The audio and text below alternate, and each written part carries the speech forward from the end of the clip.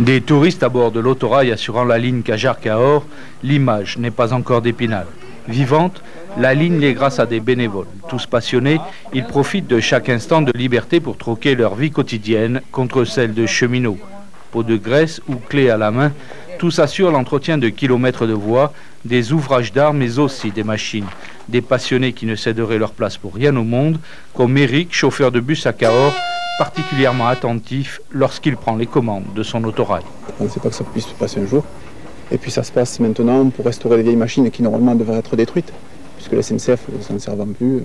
Ces machines qui étaient vouées à la casse, on arrive à les faire revivre, à préserver la voie, parce que c'est pareil, les voies qui ne sont plus utilisées sont déferrées, donc elles disparaissent dans la végétation, et on arrive à quand même à garder des lignes qui sont touristiques, qui sont belles.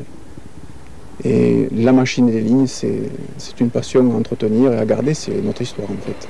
Une bien belle histoire dont tout le monde peut profiter 2 heures durant. Mais une fois en gare, le train vidé de ses passagers, reste à nos cheminots à aiguiller la machine vers la fosse d'entretien, le domaine d'intervention privilégié de Gabi. J'ai appris avec un ancien mécanicien de Quercy-Rail. Et après, on a avec les bouquins des machines, ça m'a plu ça, et alors je fais l'entretien chaque fois.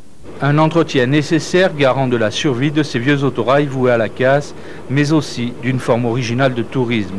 Un entretien assuré par 150 protecteurs de l'ombre, tous bénévoles de l'association Quercy-Rail, sans qui la balade le long du Lot serait impossible à faire en chemin de fer.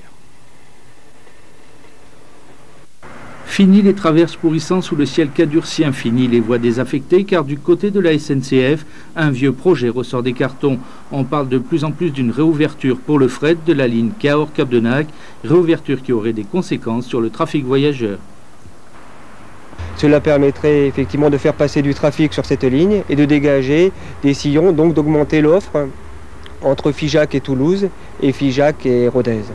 Le souhait des populations, mais aussi du conseil régional, organisateur des transports TER. Sur place, on commence à y croire, surtout depuis qu'à bord d'une draisine comme celle-ci, des responsables nationaux de la SNCF ont inspecté cet été 70 km de voies.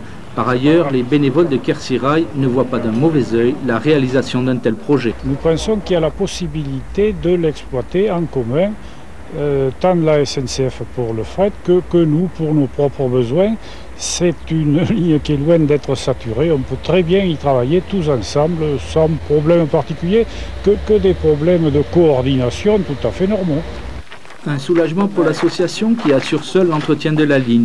Soulagement pour la région car des heures de travaux seraient nécessaires avant la réouverture d'une ligne fermée depuis 1989. Soulagement mais aussi espoir car moins polluant que les poids lourds et mieux intégré dans le paysage, le train pourrait bien ressurgir d'un de ces tunnels.